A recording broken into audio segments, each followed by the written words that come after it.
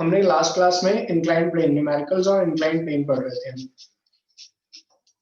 एक बार मैं फिर से एक्सप्लेन कर देता हूँ न्यूमेरिकल्स ऑन इंक्लाइन प्लेन।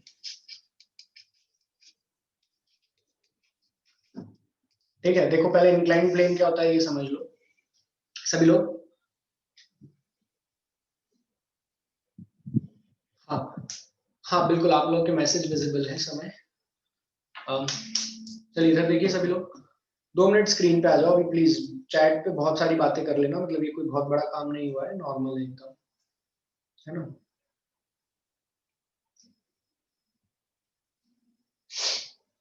हाँ तो हम थे इंक्लाइन प्लेन पर। देखो हॉरिजॉन्टल से अगर कोई, ये हॉरिजॉन्टल है, अगर इस डायरेक्शन से कोई भी प्लेन ऐसा थीटा एंगल बनाता है, ठीक है। अब अगर इस थीटा एंगल का कोई प्लेन है तो इस पर हमने एक बॉडी रख दी। लेट अस सपोज, अब बॉडी के नाम पर अभी मैं एक बॉक्स रखता हूँ। हो सकता है एग्जामिनर इस पे कह दे कि एक आदमी खड़ा है, एक बॉल रखी हुई है, एक बॉल रोल कर रही है, एक बॉल स्लाइड कर रही है, ऐसे बहुत सारे केसेस आ सकते हैं। तो इंक्लाइन प्लेन हम अब सीख रहे हैं। देखो हमें बनाना है फ्री बॉडी डायग्राम। ये अर्थ है, अर्थ के ऊपर एक इंक्लाइन प्लेन रखा हुआ है। इस इंक्लाइन प्लेन का मास है m। अगर हमें इस इंक्लाइन प्लेन के लिए काम करना है,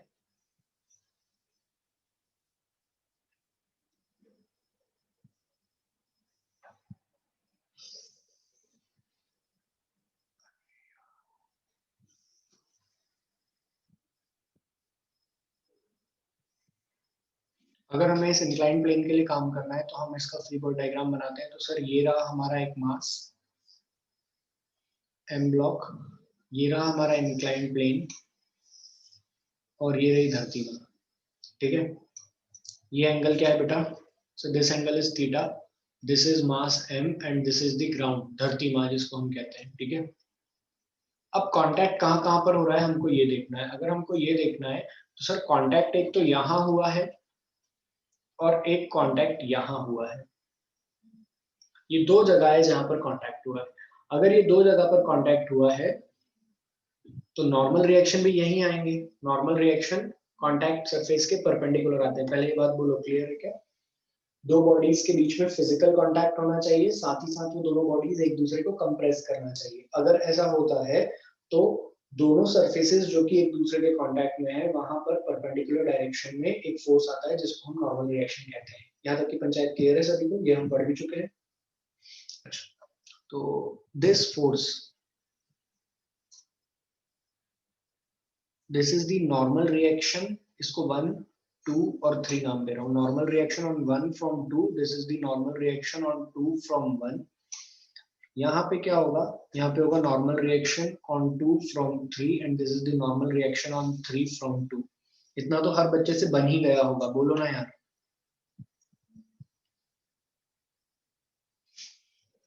ठीक है, अब इससे आगे अगर हम बात करें तो सर एक फोर्स, अभी भी फ्री बॉडी डायग्राम कंप्लीट नहीं है। अगर हम बात करें तो सर एक फोर्स जो m मास की बॉडी है उसका भी तो आएगा, उसको ग्रेविटी भी अट्रैक्ट कर रही होगी mg से नीचे की तरफ। तो this is the mass mg, और ग्रेविटी एक्ट्स वर्टिकली डाउनवर्ड, है ना, डाउनवर्ड एक्ट करती है। अब ये एंगल कितना है मैंने ये लिखना सिखा रहा था कल। तो देखो ये एंगल कितना है, सब लोग इधर देखो।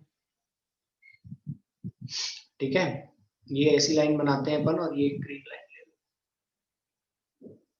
क्या मुझे बेटा यही एंगल निकालना है थीटा? क्या जो थीटा यहाँ आएगा वही थीटा यहाँ भी होगा सेकंड डायग्राम में? बोलो ना यार, हाँ या ना सभी लोग एक स्वर में।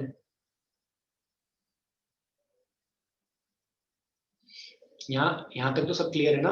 अब थीटा लिखना सीखना है। देखो बहुत आसान है, थोड़ा सा ध्यान दोगे समझ में आ जाएगा। ये कितना एंगल होगा सर? ये होने वाला है 90 माइनस थीटा।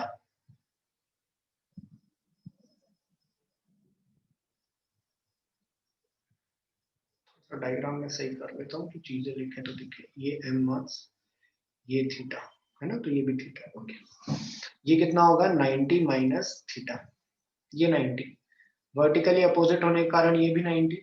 ठीक है, 90 माइनस थीटा वर्टिकली अपोजिट होने के कारण, तो ये हो गया 90 डिग्री, तो दिस विल बी थीटा।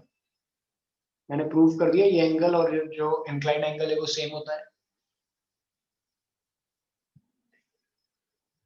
मैंने ये प्रूफ कर दिया कि जो इंक्लाइन प्लेन का एंगल होता है और जो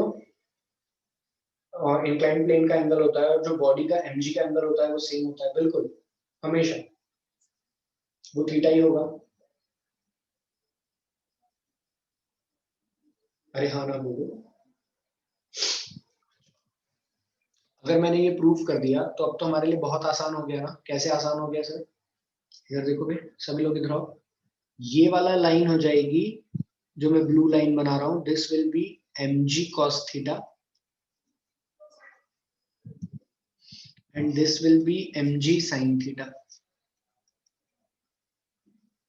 क्या ये क्लियर है? जो मैंने ब्लू पेन से बनाया, सभी बच्चे जवाब दो जितने बैठे हुए हो क्लास में। क्या ये क्लियर है? mg cos theta and mg sin theta. अगर ये क्लियर है तो देखो इस बॉक्स पर m वाली बॉडी पर क्या क्या आ रहा है। हाँ आई और जे में लिख लेंगे, संयम आई और जे में लिखना कोई बड़ी बात थोड़ी है। इस बॉक्स पर आ रहा है एक तो n12, n12 को मैं ऊपर बना लेता हूँ, n12 आ रहा है, एक आ रहा है mg sin थीटा, एक आ रहा है mg cos थीटा, और कुछ आ रहा है क्या? फिर सर नीचे वाले डब्बे पे देखो, नीचे जो ट्रायंगल जैसा बना हुआ है उस पर आएगा नॉर्मल रिएक्शन N21 और N3 N23 और ग्राउंड पे, ठीक है। अगर ये सिचुएशन इक्विलिब्रियम में है, इक्विलिब्रियम में है अर्थात ये जो m मास का डब्बा है ये मूव नहीं कर रहा, अगर सिचुएशन इक्विलिब्रियम में है तो क्या मैं ऐसा बोल सकता हूँ N12 बराबर mg cos थीटा।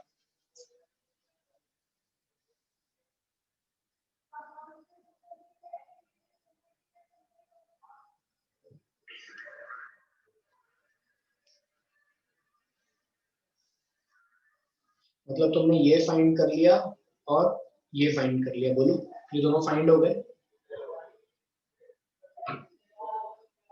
अभी हमें इंक्लाइन प्लेन का ना निधि कुछ वैल्यू नहीं दी है, बिल्कुल इसका भी मास हो सकता है, लेकिन बेटा अभी हम जीरो मान रहे हैं इसका मास। क्या मान रहे हैं? जीरो की। इसकी हमें कोई जानकारी नहीं दी है, हमें सिर्फ अभी अपना जो इंक्लाइन प्लेन के ऊपर डब्बा रखा है ना उसकी पंचायत करनी है। क्या वो समझ में आया सभी को? हाँ बिल्कुल। वाई में कैसे है? अच्छा अब देखो, क्या mg का कंपोनेंट y और x डायरेक्शन में है क्या?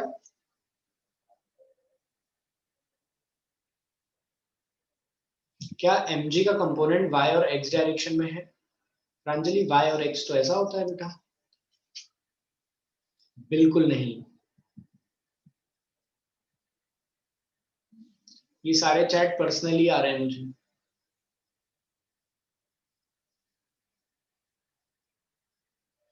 हाँ ठीक है, तो जो हमने ये mg का कंपोनेंट निकाला है ना, जो हमने ये mg का कंपोनेंट निकाला है, इस mg का जो कंपोनेंट निकाला है वो y और j में नहीं है, वो इंक्लाइन प्लेन के अलोंग है। वो कहाँ है? वो इंक्लाइन प्लेन के अलोंग ही है। देखो इस इंक्लाइन प्लेन के अलोंग ही mg sin थीटा है और इस इंक्लाइन प्लेन के परपेंडिकुलर ही mg cos थीटा है। बोलो हाँ यार सभी लोग, क्लियर है? रिजॉल्व करना आया ना अच्छे से? लिखो इसको फटाफट, सभी लोग लिखो बेटा इसको फटाफट।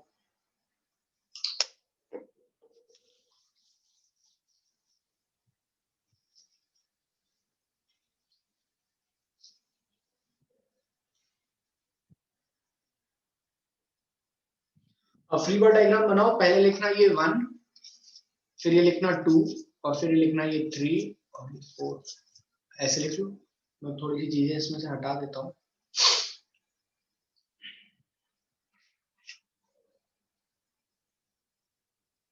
हटाता नहीं हूँ मैं, तुम लोग देख लोगे, समझ जाओगे देख के।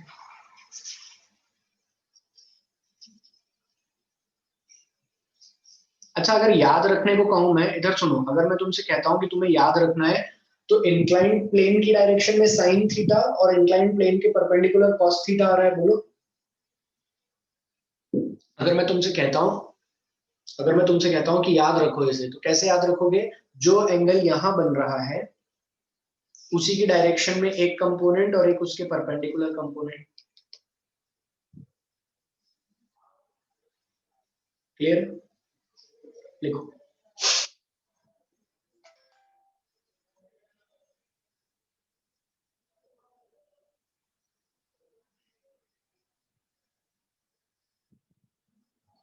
पहले लिख ले बेटा,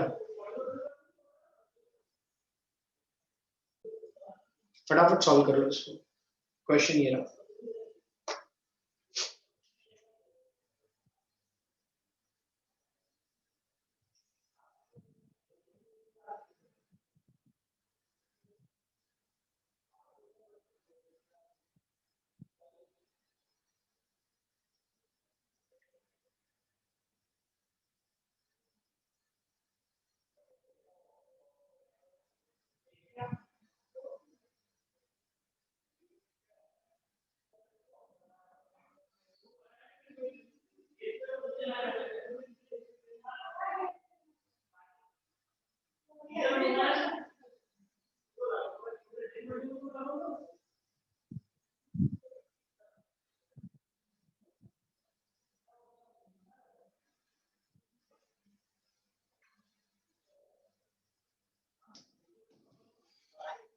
चलिए सॉल्व करें।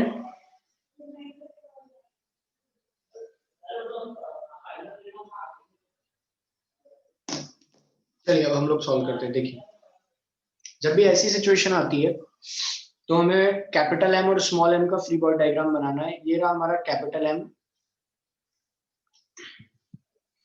ये रहा हमारा स्मॉल एम, और ये है इंक्लाइन प्लेन का सरफेस। ये है इंक्लाइन प्लेन का सरफेस। ठीक है, इतनी सिचुएशन है। कैपिटल एम को, ये कैपिटल एम का वर्टिकल लाइन तो ऐसे पास होगी वाई एक्सिस दोनों पे। ठीक है, अब जो मैं रेड पेन से फिर से समझा रहा हूँ, सब बच्चे समझ लेना एक बार। ये जो मैं ब्लू पेन से लाइन बना रहा हूँ, this is the line which is perpendicular to incline plane. ध्यान से देखो, ये नीली वाली जो लाइन है, this blue line is perpendicular to the incline plane, and normal reaction सब में लगेगा, and that normal reaction will be along the incline plane like this. अगर इंक्लाइन प्लेन को 1 नाम दे दूं, इसको 2 और इसको 3, तो N21 और N31। ठीक है सर, लेकिन ना mg जो होता है ना, mg हमेशा वर्टिकली डाउनवर्ड लगता है। कैपिटल mg और ये स्मॉल mg, ये दोनों कैसे लगते हैं? हमेशा वर्टिकली डाउनवर्ड। क्लियर हुआ इतना? अब अगर ये एंगल जमीन से थीटा है तो ये भी क्या होगा? थीटा ही होगा, और ये भी क्या होगा? थीटा ही होगा। ये मैं प्रूफ कर चुका हूं अभी क्लास में। ठीक है, हाँ। अब अगर किसी के दिमाग में जो डाउट आ रहा है, पहला डाउट ये आता है कि ब्लू वाली लाइन क्यों बनाई है, तो मुझे एक बात बताओ, यहाँ पर नॉर्मल रिएक्शन लगेगा ना? Normal reaction is perpendicular to the surface, तो ब्लू लाइन के अलॉन्ग ही लगेगा ना? ठीक है, इसलिए बनाई है। चलो, तो ये भी हो गया। अब ये हो गया। सर एक चीज आप लिखना भूल गए, और वो क्या है? सर कांटेक्ट तो यहाँ भी हो रहा है, तो एक नॉर्मल रिएक्शन यहाँ भी लिखो ना, इस सरफेस के परपेंडिकुलर। नॉर्मल रिएक्शन 4 नाम दे देते हैं। ये इन दोनों पर लग रहा होगा, परपेंडिकुलर टू दी सरफेस। देखो सरफेस के परपेंडिकुलर है। अरे यार बच्चों, हाँ ना बोलो, इतना डायग्राम समझ में आया सभी को? अब आता है वेक्टर का रोल। वेक्टर का रोल क्या आता है? mg, तो थीटा के साथ बनने वाला एंगल क्या होगा? सर थीटा के साथ बनने वाला पार्ट कंपोनेंट हो जाएगा cos, तो ये हो गया mg cos थीटा, और ये हो गया mg sin थीटा। ठीक है, यहाँ पे हो गया small mg cos theta,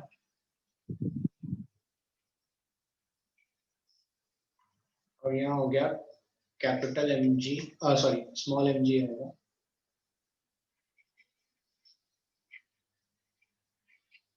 clear हुआ हर किसी को?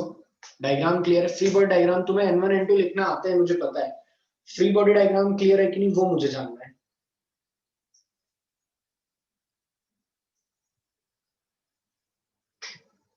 अब तो कोई डाउट नहीं है? गुड, लिखो, इसको भी लिखो फटाफट कॉपी में।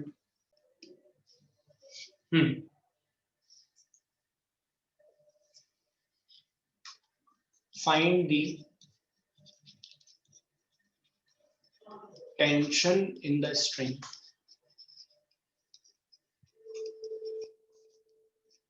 आपको स्ट्रिंग में टेंशन निकालना है. डायग्राम ये.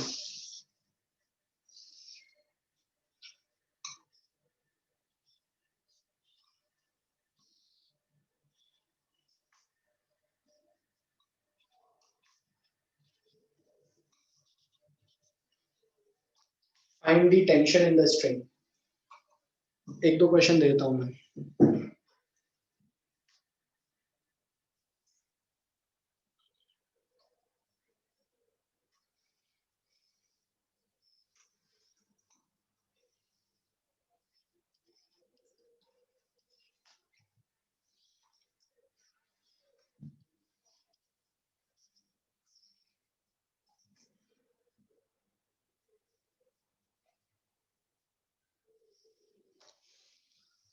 Find the tension in the string. जल्दी बताइए क्या होगा आंसर.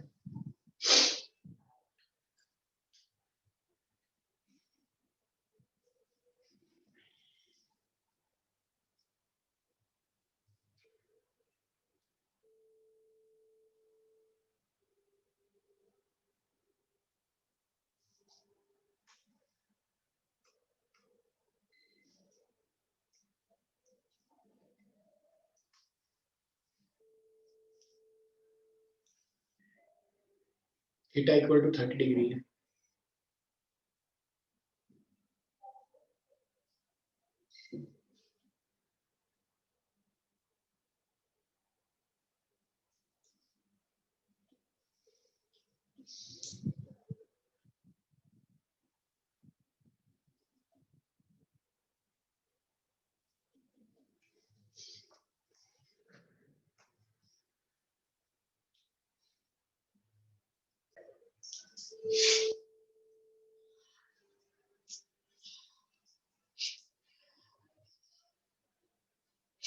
अब मैं डायरेक्ट लिखूंगा थोड़ा.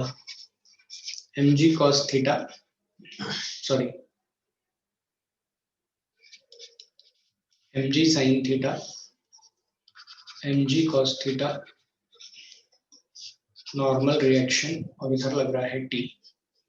Since the given system is in equilibrium तो हम लिख सकते हैं t equal to mg sin theta. और सेम का सेम फ्री बॉडी डायग्राम इधर भी बनेगा. तो this formula can be used for this numerical also. तो यहाँ से हम क्या लिख सकते हैं, t equals to mass is 5 into g and sin 30 degree. 5g 1/2, that is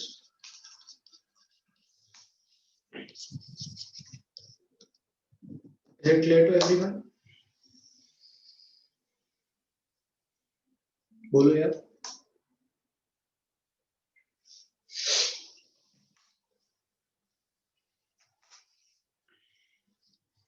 Draw the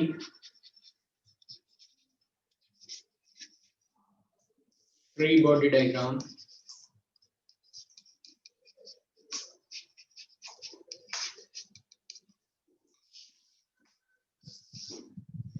ये थीटा है, ये कैपिटल M है, ये स्मॉल m है, यहाँ पे एक फोर्स लग रहा है. If F equal to 20 Newton,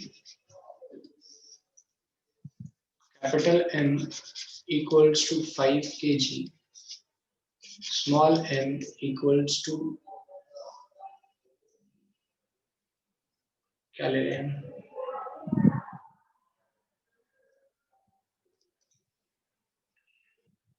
find the value of a small m if the given system is in equilibrium.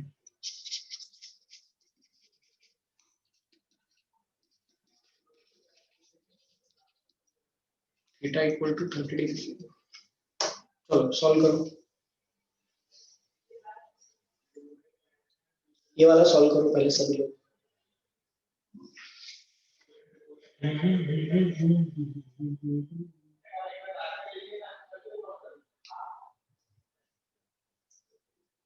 तुम्हें जो पसंद हो वो पॉजिटिव ले लो, उसके अपोजिट नेगेटिव ले लो। चलो इसको सॉल्व करो जल्दी से और इसका आंसर बताओ।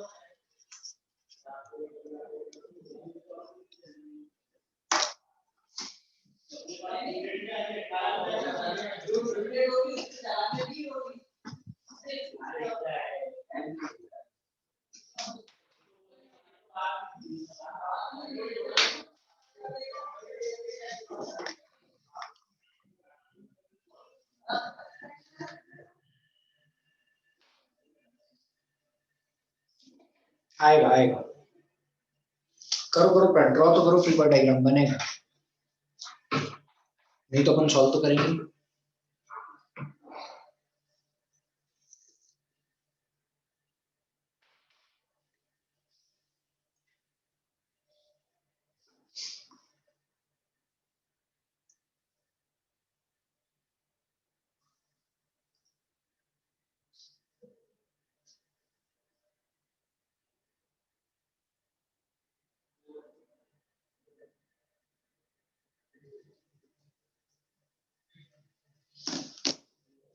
हम क्वेश्चन सॉल्व करते हैं।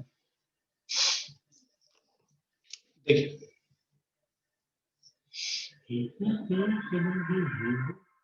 वेट करो, चलो करो, 1 मिनट और दे रहा हूँ, जल्दी करो। सिर्फ फ्री बॉडी डायग्राम बनाना है, फ्री बॉडी डायग्राम बना लिया, 80% क्वेश्चन सॉल्व।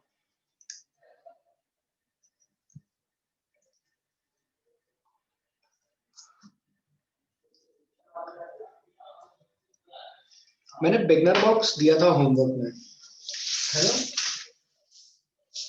कौन सा बिगनर बॉक्स दिया था? बिगनर बॉक्स 2 तो करा दिया था, 3 दिया था होमवर्क में। आपने प्रैक्टिस किया क्या? अरे हाँ यार,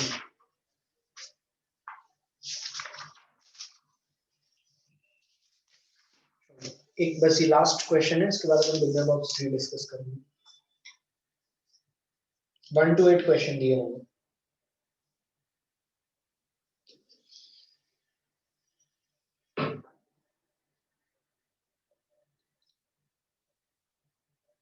चलिए इसको सॉल्व कर लेते हैं। इसका फ्री बॉडी डायग्राम कैसा बनेगा?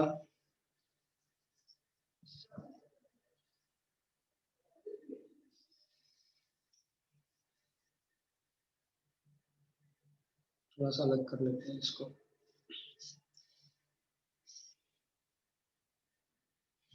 ठीक है, यहाँ पे आ रहा है एक नॉर्मल रिएक्शन N1 इन दोनों के बीच में, इधर आएगा कैपिटल mg साइन थीटा, और इधर आएगा एक फोर्स F। इसी में इधर की तरफ आएगा स्मॉल mg साइन थीटा। ठीक है, normal reaction N2, sorry normal reaction नहीं, यहाँ पे अपन लिख लेते हैं mg cos थीटा, इधर भी लिख लेते हैं mg cos थीटा। इधर आएगा नॉर्मल रिएक्शन N2 और इधर आएगा normal reaction N3। N1 N2 N3 सब कुछ समझ में आया? अब क्वेश्चन में एक बहुत अच्छी बात कह दी है कि the given system is in equilibrium. Equilibrium में मतलब ये चल नहीं रहा है, और इस पे लगने वाले सारे फोर्सेस क्या है? बैलेंस्ड है। इस डायरेक्शन में लगने वाले सारे फोर्सेस कैसे हैं? बैलेंस्ड है सर। बैलेंस्ड है तो पहला वाला डब्बा कंसीडर करो, ये यहाँ पर क्या लिखोगे? F का डायरेक्शन ये है, ठीक है, तो माइनस F, नहीं mg साइन थीटा का डायरेक्शन ये है,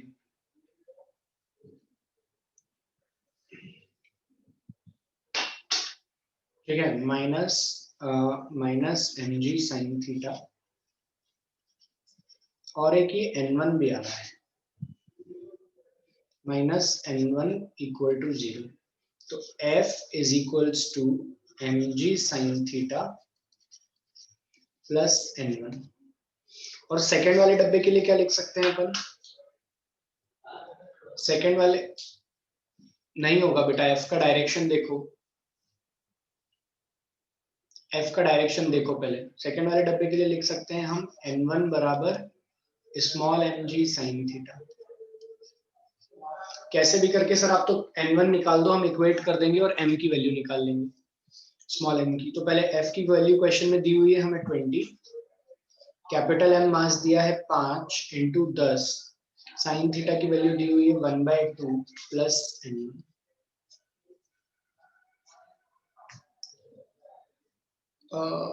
एक काम करो,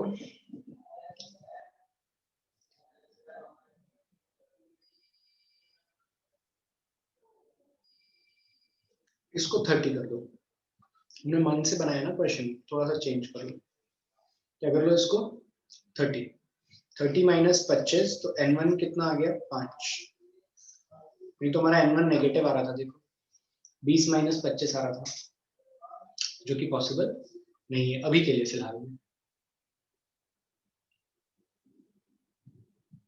क्लियर हुई ना इतनी बात सभी को?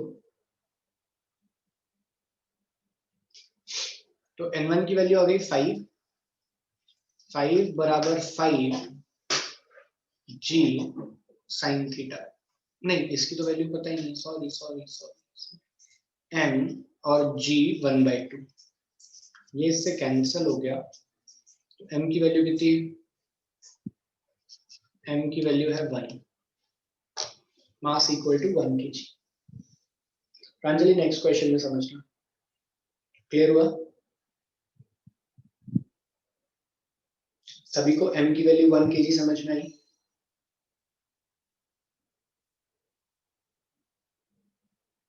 लिखो, बस एक छोटा सा करेक्शन कर लेना, गिवन डेटा में 20 की जगह 30 कर लेना, और कुछ नहीं।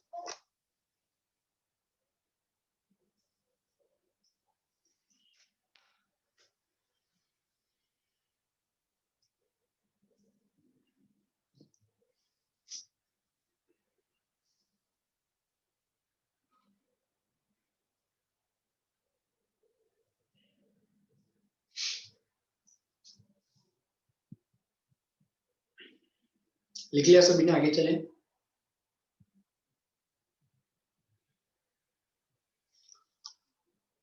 सेकेंड ब्लॉक में ध्यान से देखो तो एक इधर लग रहा है और एक इधर लग रहा है, दो ही तो फोर्स लग रहे हैं, वही लिखे हैं हमने।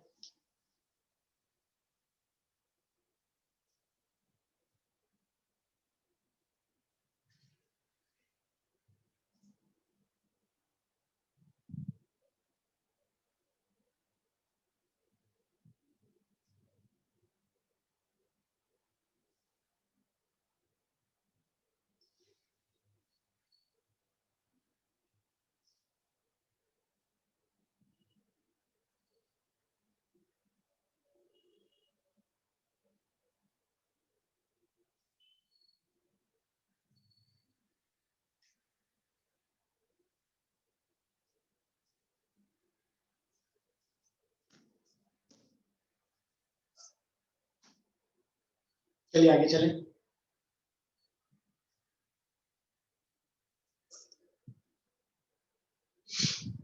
नेक्स्ट,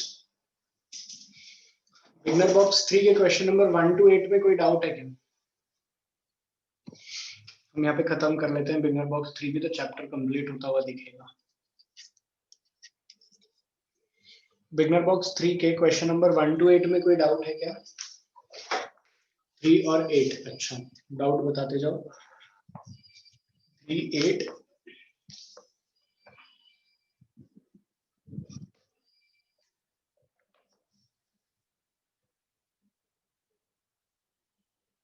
ठीक है करे सॉल्व, यही 3 क्वेश्चन है।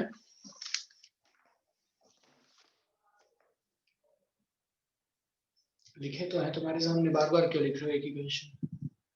चलिए क्वेश्चन नंबर 3, बाकी बन गए ना आप लोगों से? सॉल्व कर रहे हो ना आप लोग? ये आप सबके टेस्ट का सिलेबस है, जितना मैं लास्ट क्लास तक पढ़ाऊंगा वो सब कुछ आएगा टेस्ट में। न्यूटन्स लॉ का ये टेस्ट है आपका, और जितना मैं लास्ट क्लास तक पढ़ाऊंगा सब कुछ आएगा, रिलेटिव मोशन से जहां तक अपनी लास्ट क्लास होगी सब कुछ आएगा, ठीक है? काइनेमेटिक्स से रिलेटिव मोशन आएगा बस।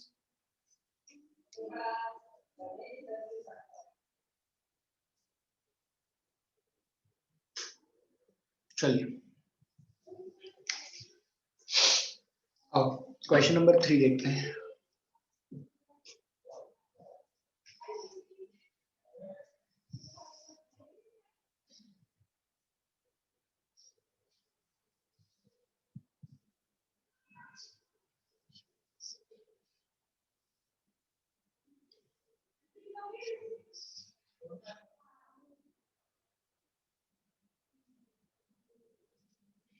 टू पॉइंट 9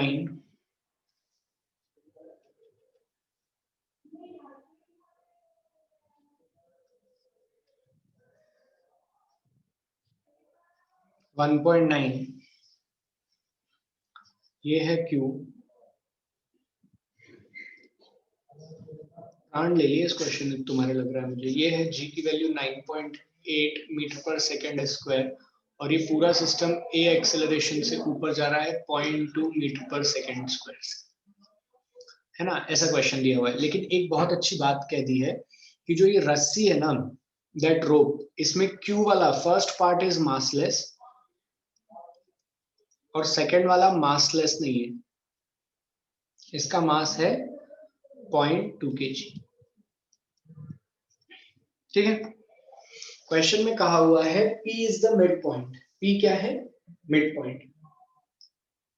हाँ ना, तो बोलो डायग्राम तो समझ में आया कि नहीं सभी मासूमों को? तोते तो नहीं उड़ रहे हैं। तो क्वेश्चन इतना टफ है तो सॉल्यूशन में क्या होगा?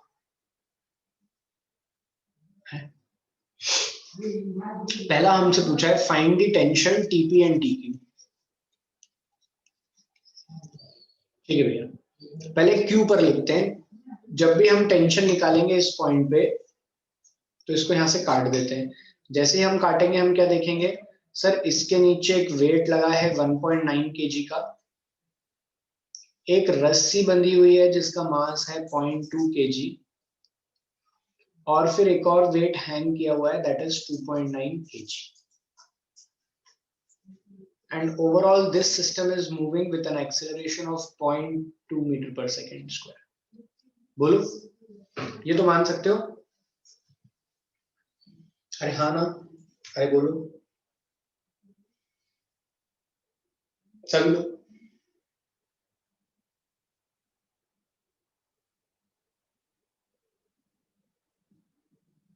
ठीक, अब क्या है, अब सिर्फ इस पूरे को एक ही सिस्टम मान लो, पूरा एक ही चीज मान लो, क्योंकि ये सब तो मूविंग है। तो क्या लिखोगे तुम? सर हम लिखेंगे F net equal to M A. तो नेट फोर्स कितना आ रहा है सर? इस पॉइंट पे अब अगर फ्री बॉडी डायग्राम बनाए तो यहाँ पे एक टेंशन लग रहा है टी ऊपर की तरफ, यहाँ पे, है ना। तो T minus total mass into g बराबर एम टोटल इंटू ए। क्या ये इक्वेशन लिख सकता हूं मैं? सब लोग इस इक्वेशन से एग्री हैं? इस पूरे सिस्टम पे tension T, total mass of the system, तो यहां से लिखो ना यार, टी पता नहीं है, टोटल मास कितना हो जाएगा 2.9, 1.9 that will be 4.8 plus 0.2 5 5g equals to 5a। तो t is equals to 5g plus a। So t is equals to 5, g की वैल्यू क्वेश्चन में 9.8 दी है, a की वैल्यू 0.2, तो tension at q is 15 newton. q पर tension कितना आ गया? 50 न्यूटन। समझ में आया क्या सभी को? लिखो लिखो लिखो लिखो लिखो।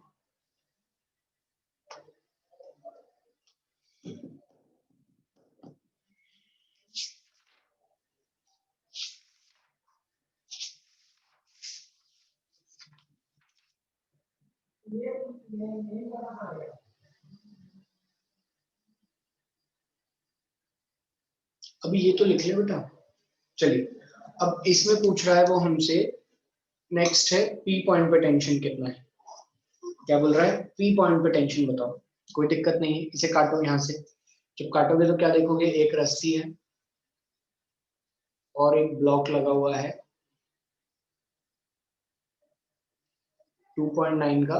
लेकिन ये रस्सी जो है ना, ये टोटल पूरी देखो, ध्यान से देखो तो ये दिस कंप्लीट इज 0.2 kg, तो आधा कितना होगा। कल हमने पढ़ा था m/l इंटू एक्स। यहाँ पर x की वैल्यू ही बेटा l/2 है, आधा बोला ये साफ। तो ये जो आधा मास हो गया, ये कितना हो गया 0.1 kg। अरे हाँ या ना, अरे बोलो यार सभी लोग अच्छे से। टेंशन टीपी है, क्या वापस से यही इक्वेशन बन रही है, टीपी माइनस 3g बराबर 3a। ये भी a एक्सेलरेशन से ऊपर जा रहा है, तो टीपी बराबर 3 into 9.8 plus 0.2 that is 30 Newton. Tension eight P, समझना है क्या। देखो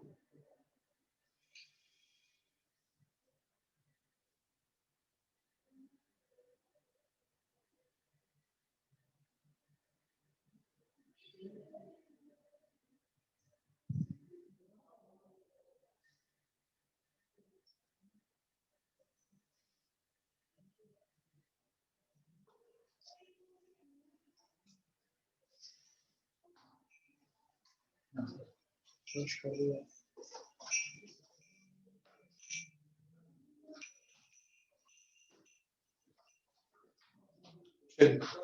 और आगे चलते हैं, क्वेश्चन नंबर 6। क्वेश्चन नंबर 6 आप लोग खुद सॉल्व करोगे, मैं नहीं बताऊंगा। Question number 8,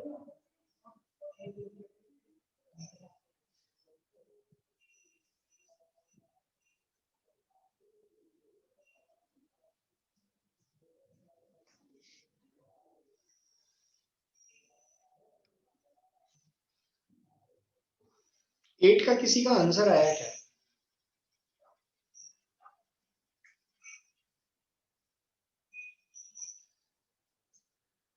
very good.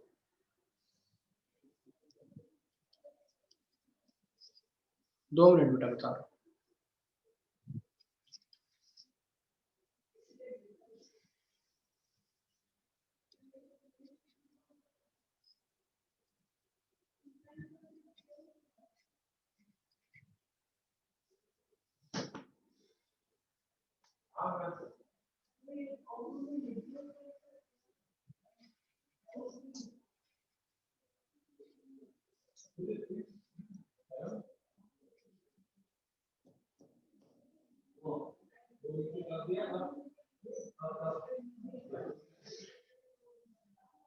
जल्दी लिखो किस क्या चाहिए इसमें से।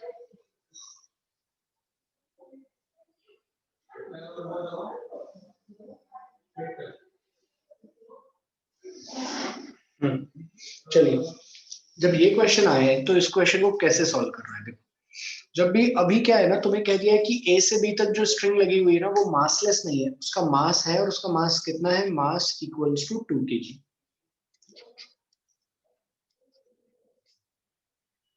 मास इक्वल्स टू 2 kg। कितना है मास, 2 kg। तो पहले तो अपने दिमाग में बात क्लियर कर लो कि जो भी हमें क्वेश्चन दिया हुआ है, उस क्वेश्चन में स्ट्रिंग का मास नेग्लिजिबल नहीं है। अब सारा खेल है फ्री बॉडी डायग्राम बनाने का। जिस किसी को फ्री बॉडी डायग्राम बनाना आता है, उसका काम आसान हो जाएगा। मैं यहाँ पे फ्री बॉडी डायग्राम बना रहा हूँ, देखो।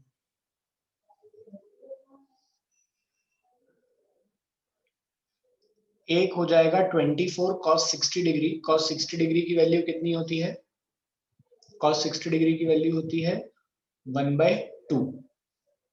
तो 24 इंटू 1/2 विल बी 12 न्यूटन।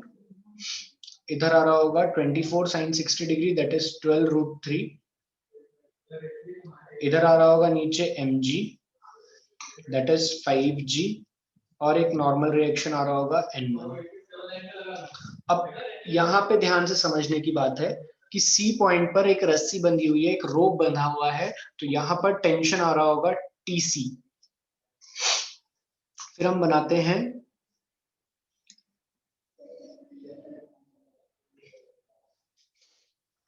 इसका डायग्राम। इस पे क्या हो रहा होगा सर, इस पर देखेंगे तो इधर से आ रहा होगा TA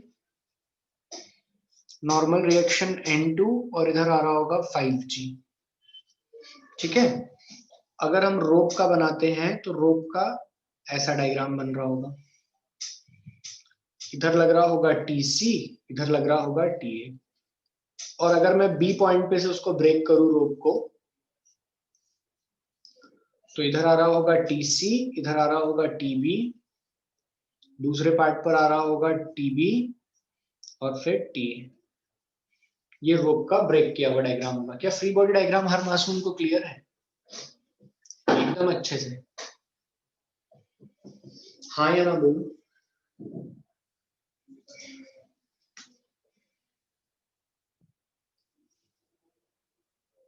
चलिए, अगर क्लियर है तो मोशन अगर होता भी है, मान लो ये हमारा ग्राउंड है, मान लो क्या क्वेश्चन में दिया ही है ये ग्राउंड है, अभी रुक जाओ सॉन्ग में, मान लो ये क्या है हमारा ग्राउंड है। अब क्वेश्चन में अगर मोशन होता है तो किधर होगा ग्राउंड, मतलब अलोंग एक्स होगा या वाई में भी हो सकता है motion?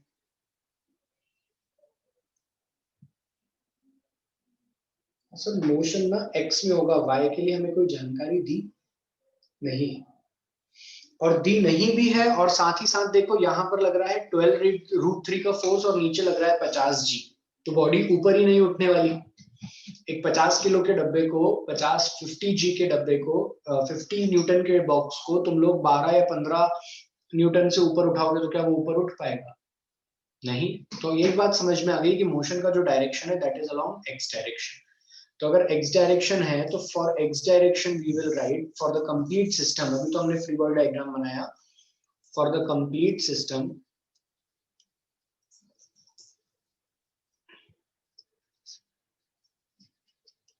F net equal to M A. Sir ये तो हमारी पारंपरिक इक्वेशन है, हमेशा ही लगाना है। नेट फोर्स कितना लग रहा है? नेट फोर्स लग रहा है सर पूरे सिस्टम पे, अगर हम देखें ना, अगर हम बहुत ध्यान से देखें तो पूरे सिस्टम पे सिर्फ और सिर्फ 12 न्यूटन का नेट फोर्स लग रहा है। टोटल मास है 5, 5 10 2 12। पूरे सिस्टम का जो एक्सेलरेशन आ रहा है ना ए सिस्टम, वो कितना आ रहा है 1 मीटर पर सेकेंड स्क्वायर। और बताएं सर, न्यूटन ने कहा था कि अगर पूरे सिस्टम का जो एक्सेलरेशन होता है वही इंडिविजुअल पार्टिकल का भी एक्सेलरेशन होता है।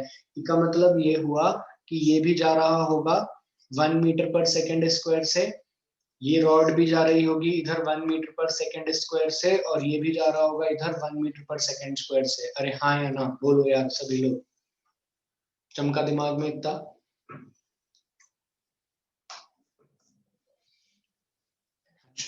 अगर ये बात चमक गई तो अब तो क्या है यार, मतलब हर कोई कर सकता है अब तो क्वेश्चन। देखो पहले लिखते हैं अपन अलोंग एक्स, अब मैं अलोंग एक्स लिख रहा हूं, अलोंग एक्स डायरेक्शन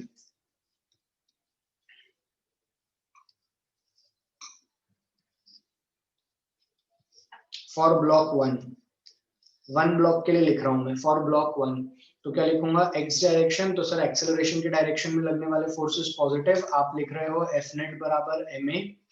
एक्सेलरेशन के डायरेक्शन में लगने वाले फोर्सेस पॉजिटिव, उसके अपोजिट लगने वाले नेगेटिव, बराबर उसका मास है 5 × 1। तो 12 माइनस 5 बराबर TC, तो TC कितना आ गया यहाँ से 7 न्यूटन।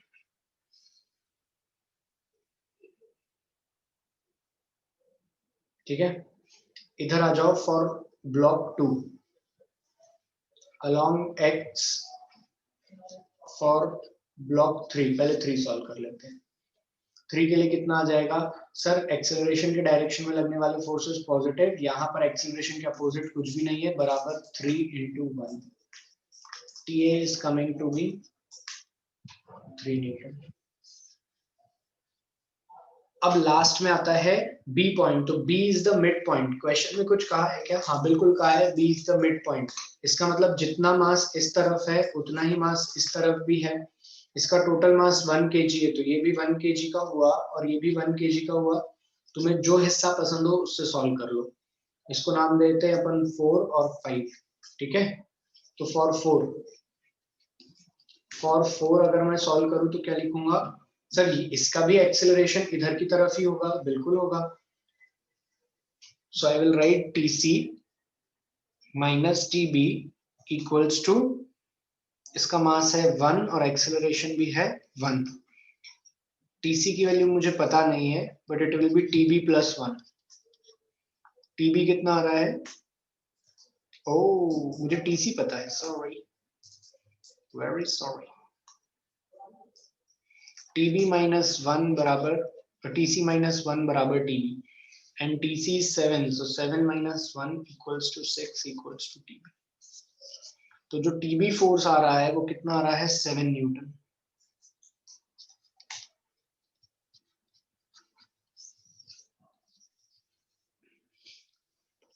क्या समझ में आया क्वेश्चन सभी को?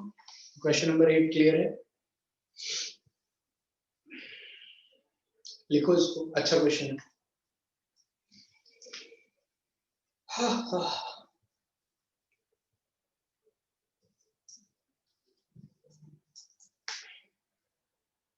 तो हमारा भी तो यही आंसर आ रहा है 5 6 7। अच्छा, हमारा 6 7 आ रहा है, 5 नहीं आ रहा है क्या? अरे इसका मास 5 है, लड़की इसका मास 5 है, तो ये 5 ही आएगा।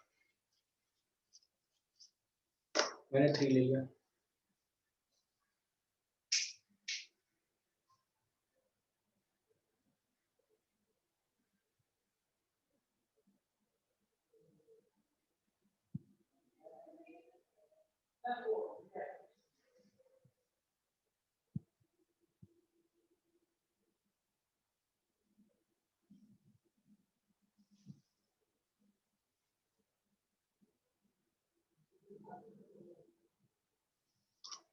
सब कुछ सही है, चलिए आगे चले। इसका स्क्रीनशॉट ले लो। स्क्रीनशॉट एक्स में क्यों लिया ईशान महाजन? इधर देखो, स्क्रीनशॉट क्या, सॉरी, एक्सेलरेशन एक्स में क्यों लिया? तो इधर देखो सभी लोग, इस पूरे सिस्टम पर एक ही एक्सटर्नल फोर्स लग रहा है जो कि ये है। इसका एक कंपोनेंट y डायरेक्शन में है और दूसरा कंपोनेंट x डायरेक्शन में है ना? अब y कंपोनेंट तो इस सिस्टम को ऊपर नहीं उठा रहा, तो ऑब्वियस सी बात है सिस्टम x कंपोनेंट में मूव कर रहा है। मोशन तो हो ही रहा है, इक्विलिब्रियम नहीं कहा है, और फ्रिक्शन भी नहीं है, ऐसा कहा भी नहीं है कि जमीन पे फ्रिक्शन है, ग्राउंड पे फ्रिक्शन भी गिवन नहीं है। चलो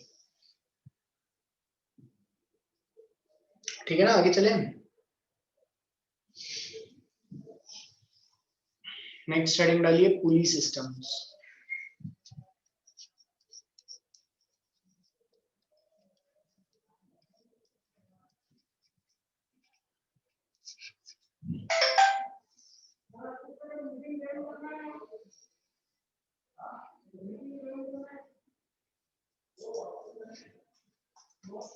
पुली सिस्टम क्या होता है? पुली सिस्टम देखते हैं।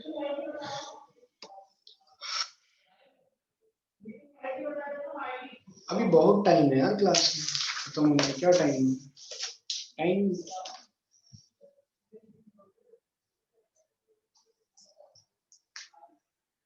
टाइम है।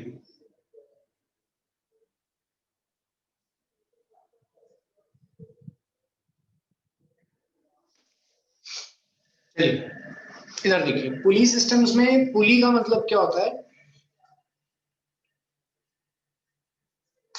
आप लोगों ने सबने कभी देखा होगा, कुएं के पास में एक ऐसी पुली लगी रहती है वेल के ऊपर। उसका काम क्या रहता है? उसके ऊपर से एक थ्रेड ऐसा जा रहा होता है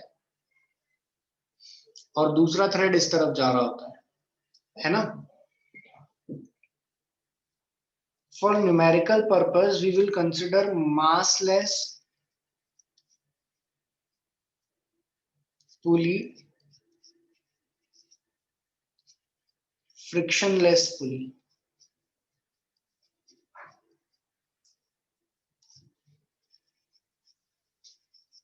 massless एंड frictionless पुली क्या कंसिडर करेंगे हम? कि जो हम पुली पढ़ रहे हैं it has zero mass and it is frictionless. जो उसका सरफेस होता है जिसके ऊपर से व्हाइट कलर का हमारा थ्रेड पास होकर जाता है, उस पर कोई भी फ्रिक्शन नहीं होता। क्लियर है ये बात?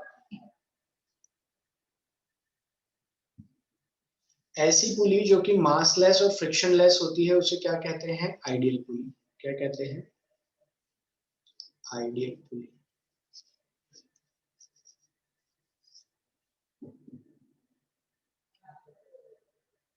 हाँ बोल सकते हो प्रांशु। फिर पुली का काम क्या हुआ? तो पुली का काम होता है डायरेक्शन ऑफ फोर्स को चेंज करना। क्या काम होता है? डायरेक्शन ऑफ फोर्स को चेंज करना या डायरेक्शन ऑफ टेंशन को चेंज करना, बट मैग्नीट्यूड ऑफ टेंशन को चेंज नहीं करना। ठीक है, बहुत अच्छे से समझा रहा हूं मैं, इस बात को ध्यान से देखना। ये एक बकेट है, ठीक है, तुम इसे ऊपर खींच रहे हो। तुम जो इस रस्सी को खींचोगे तो नीचे की तरफ खींचोगे तो ऑब्वियस सी बात है रस्सी में टेंशन इधर डेवलप हो रहा है। तुमने फोर्स किधर लगाया? इधर। इस बकेट को फोर्स किधर मिला? तुमने तो ग्राउंड की तरफ ऐसे करके पुल किया था ना, बकेट को खींचा था। बकेट को फोर्स किधर मिला? इस बकेट को फोर्स मिला ऊपर। किधर मिला? अपवर्ड। समझे? तुम्हारा फोर्स नीचे, बकेट को मिलने वाला फोर्स ऊपर। तो ये कार्य किसने किया? ये इतनी बुद्धिमानी का प्रतीक कौन बना जिसने कि हमारी मदद कर दी और हमारे फोर्स के डायरेक्शन को बदल दिया? नहीं तो हम तो नीचे ही लगा रहे थे फोर्स। अगर वास्तव में तुम इस बकेट पर जाकर के नीचे फोर्स लगाते ऐसा, ये बकेट है, क्या बना रहा हूं मैं, तो टी शर्ट बन गई। ये बकेट है, अगर तुम इस पे नीचे फोर्स लगाते तो क्या उठा पाते इस बकेट को? ये बकेट को कभी उठा पाते क्या? लेकिन यही सेम फोर्स जब तुम इस पुली के थ्रू लगाते हो तो ये बकेट ऊपर उठ जाती है। अरे यार, हाँ या ना बोलो।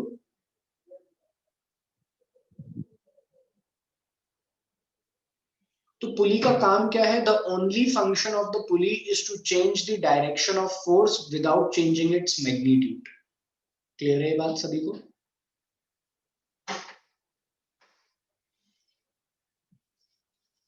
The only function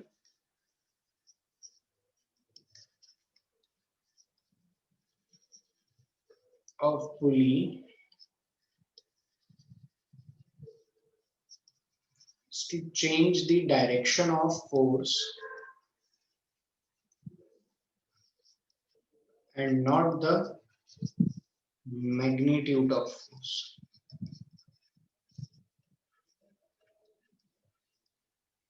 And not the magnitude of force. Here लिखो।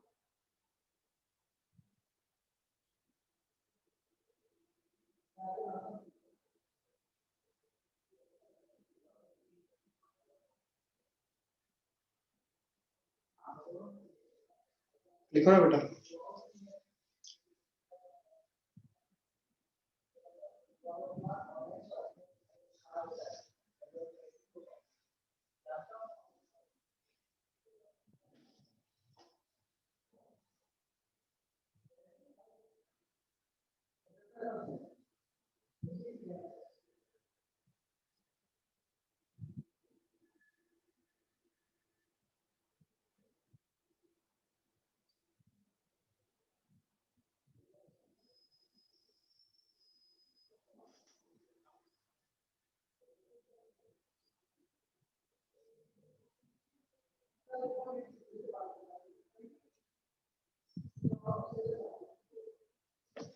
फ्रिक्शनलेस क्यों लिया?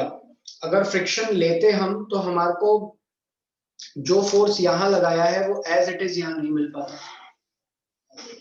ठीक है, तो इसीलिए हमने क्या माना है? फ्रिक्शनलेस कि जितना फोर्स हम लगा रहे हैं वो एज इट इज बकेट पे ट्रांसफर हो रहा है। तुम देखो कितनी बढ़िया चीज है, एकदम बेसिक सा लॉजिक लगाया कि अगर कोई चीज नीचे, मतलब जैसे कि मान लो ये एक बॉक्स है, इस बॉक्स पे नीचे फोर्स लगा रहे हैं तो ये ऊपर नहीं उठ रहा। अगर कोई चीज पे नीचे फोर्स लगा रहे हैं तो ये बॉक्स ऊपर नहीं उठ रहा। लेकिन अगर इसी चीज को, सेम कॉन्सेप्ट को पुली के थ्रू कर दो, बॉक्स यहां कर दो और अब नीचे फोर्स लगाया जाए तो ये बॉक्स ऊपर उठ जाता है। Isn't it very interesting?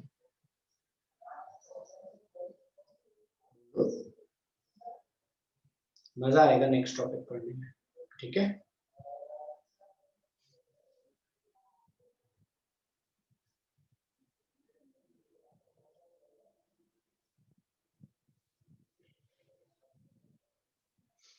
मैं पढ़ाऊंगा फ्रिक्शन क्या होता है आगे,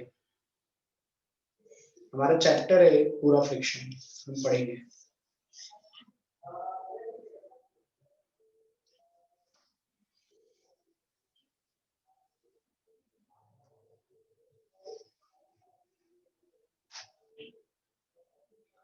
देखिए आप लोगों ने, बहुत बेनिफिट है ना श्रेय।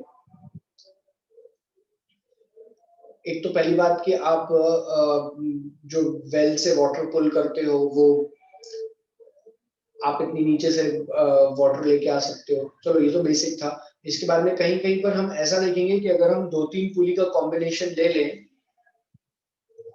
अगर श्रेय हम 2-3 पुली का कॉम्बिनेशन ले लें, तो हम जितना फोर्स लगाते हैं उससे कुछ टाइम्स, 2 टाइम्स, 3 टाइम्स, 4 टाइम्स ज्यादा फोर्स मल्टीप्लाई होकर के बकेट पे लगता है। तो मतलब अगर मान लो बकेट की जगह कोई बहुत बड़ा लार्ज टैंक है जिसको कि हमें उठाना है, तो हम वो कम फोर्स में उठा सकते हैं ना। That can be done with the help of pulley.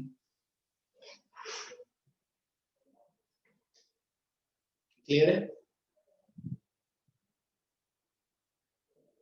हाँ मैम बिल्कुल। तुमने कभी अगर पुली से कुछ चीज पुल करी हो with the use of pulley, Abhimanyu ये अपन प्रूव करेंगे। मतलब मैं 3-4 पुली का सिस्टम लगाऊंगा और तुम्हें बताऊंगा कि देखो तुम एक मास उठा रहे हो जिसपे फोर्स तुमने ऑलमोस्ट उस मास के हाफ लगाया है या फोर्थ 1/4 लगाया है, पर ये जब भी कर पाएंगे ना जब बेसिक पुली आती होगी। ये ऑटोमेटिक थोड़ी है, ये तो नॉर्मल सी पुली है बस, जो कि फिक्स करके रखी हुई है और इसके ऊपर से रोप जा रही है दोनों तरफ। आप रिकॉर्डिंग एक बार सुन लेना, ठीक है बेटा। चलिए, so this is all for today's class, बाकी हम नेक्स्ट क्लास में कंटिन्यू करेंगे। ओके।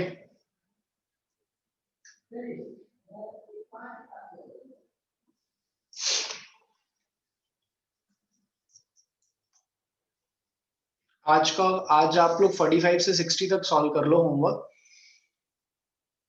है ना। फिर हम आगे चलते हैं, आगे देखेंगे। अब कल से आप लोगों को रेगुलर होमवर्क इसमें मिल जाएंगे, क्योंकि क्वेश्चन का हम ये पार्ट भी खत्म कर देंगे, तो आप लोग और प्रैक्टिस कर सकते हो।